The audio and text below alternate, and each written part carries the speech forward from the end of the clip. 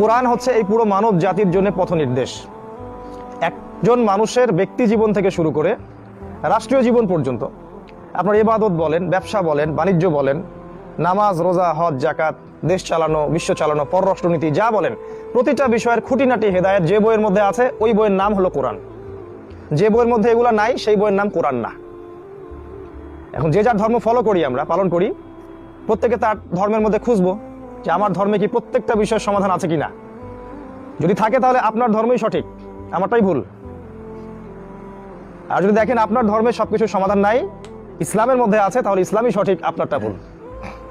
চ্যালেঞ্জটা গ্রহণ করেন, এই চ্যালেঞ্জটা গ্রহণ করেন, দেখেন যে কোন ধর্মের মধ্যে প্রত্যেকটা বিষয়ের খুঁটিনাটি সমাধান আছে।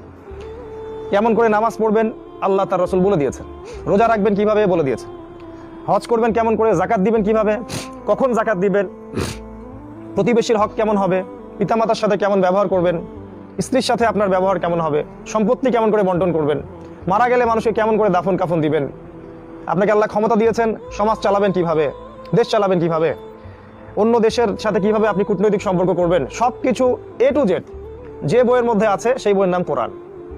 আর যে ধর্ম এটা সমাধান দেয় সেই ধর্মই হক ধর্ম, বাকি সব ধর্ম বাতিল।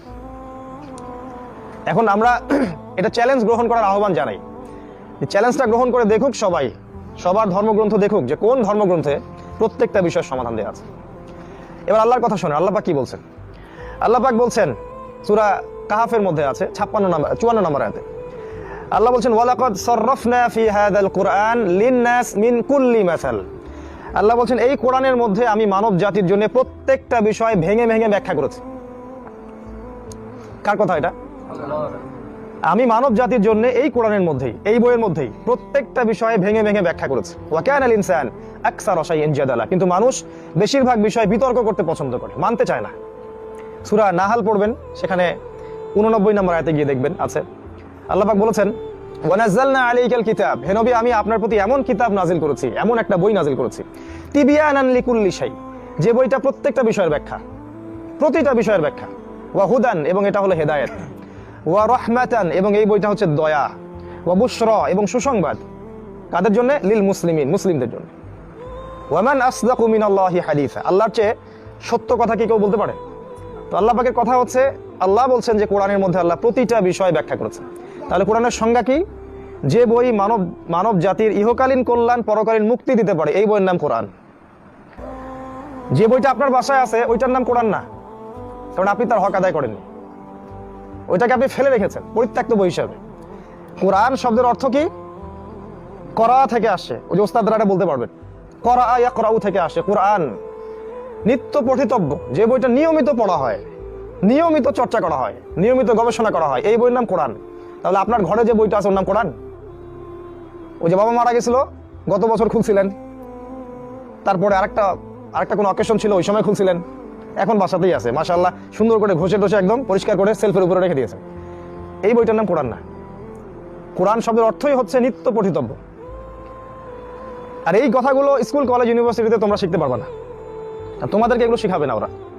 ওরা খুব ভালো করেই জানে যদি এই মুসলিম উম্মাহ কোরআনের কাছে চলে আসে এবং সবাই মিলে কোরআনকে, আল্লাহর এই রশি বলেছেন আল্লাহ পাক, হাবলুল্লাহ, আল্লাহর এই রশি মানে কোরআন সুন্নাহকে আঁকড়ে ধরে, তাহলে কোনো বাতিলের ক্ষমতা নাই ইসলামের সামনে দাঁড়ায় টিকতে পারবে না।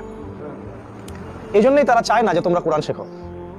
এই জন্যই দেখবা যে তোমরা 20 বছর 15 বছর পড়াশোনা করেছো, আজ পর্যন্ত 15টা সূরা তোমাদেরকে ওরা পড়ায় নাই। সূরা তো অনেক দূরের কথা, 15টা আয়াতও তোমাদেরকে পড়ায়। জিজ্ঞাসা করে দেখেন, আপনার ছেলেটা তো মাস্টার্স পাস করছে, ডক্টরেট করছে, বাইরে থেকে PhD ডিগ্রি করে আসছে, তাই না? ওকে বলেন নবী সাল্লাল্লাহু আলাইহি ওয়াসাল্লামের স্ত্রীদের নাম একটু বলো দেখি, আমাদের নবীজি কত হিজরিতে বদরের যুদ্ধ করছেন একটু বলো দেখি, উহুদে কতজন সাহাবী রক্ত দিলেন বলো দেখি, আবু হুরায়রা রাদিয়াল্লাহু আনহুর আসল নাম কি একটু বলো দেখি, বা ইমাম বুখারীর আসল নামটা কি এটা বলো। কিচ্ছু বলতে পারবে না। তাহলে এই যে 20-25 বছর পড়াশোনা করলো সেকুলার এডুকেশন সিস্টেমে, ওর জীবনের সময় নষ্ট, ওর টাকা নষ্ট, ওর মানে কি বলবো, এক কথা যৌবনটা নষ্ট। যদি ওই পড়াশোনার মধ্যে কোরআন থাকতো, সুন্নাহ থাকতো, ইসলাম থাকতো, তারপরে সে রাজনীতি শিখুক, আর অর্থনীতি শিখুক, আর মেডিকেল সায়েন্স শিখুক, আর ইঞ্জিনিয়ারিং শিখুক, কোনো আপত্তি ছিল না আমাদের। অন্তঃসার শূন্য একটা শিক্ষা তোমাদেরকে দেওয়া হচ্ছে। তো আল্লাহ পাক কোরআনের সংজ্ঞা দিয়েছেন, কোরআন সেই বই যেই বইটা নিত্য পঠিতব্য, রেগুলার পড়া হয়। আমাদের নবী, সবাই দরুদ পড়ি, মুহাম্মদ সাল্লাল্লাহু আলাইহি ওয়াসাল্লামের প্রতি সর্বপ্রথম যে আয়াতটা নাজিল হয় সেটা কি ছিল? ইকরা মানে পড়ুন। দেখেন, আমাদের নবীজি পড়তে জানতেন না, তিনি লিখতেও জানতেন না, পড়তেও জানতেন না। তারপরে আল্লাহ পাক প্রথম কেন ওহী করলেন পড়ো? আল্লাহ তো ভালো করে জানেন তিনি পড়তেও জানেন না, লিখতেও জানেন। তাহলে পুরা উম্মাহকে মেসেজ দেওয়া হচ্ছে, সমাজ সংস্কার করতে চাও বা দিনের জন্য কিছু করতে চাও, ইসলাম প্রতিষ্ঠা করতে চাও, পড়তে হবে। আগে কি পড়তে হবে? আল্লাহর কিতাব পড়তে হবে।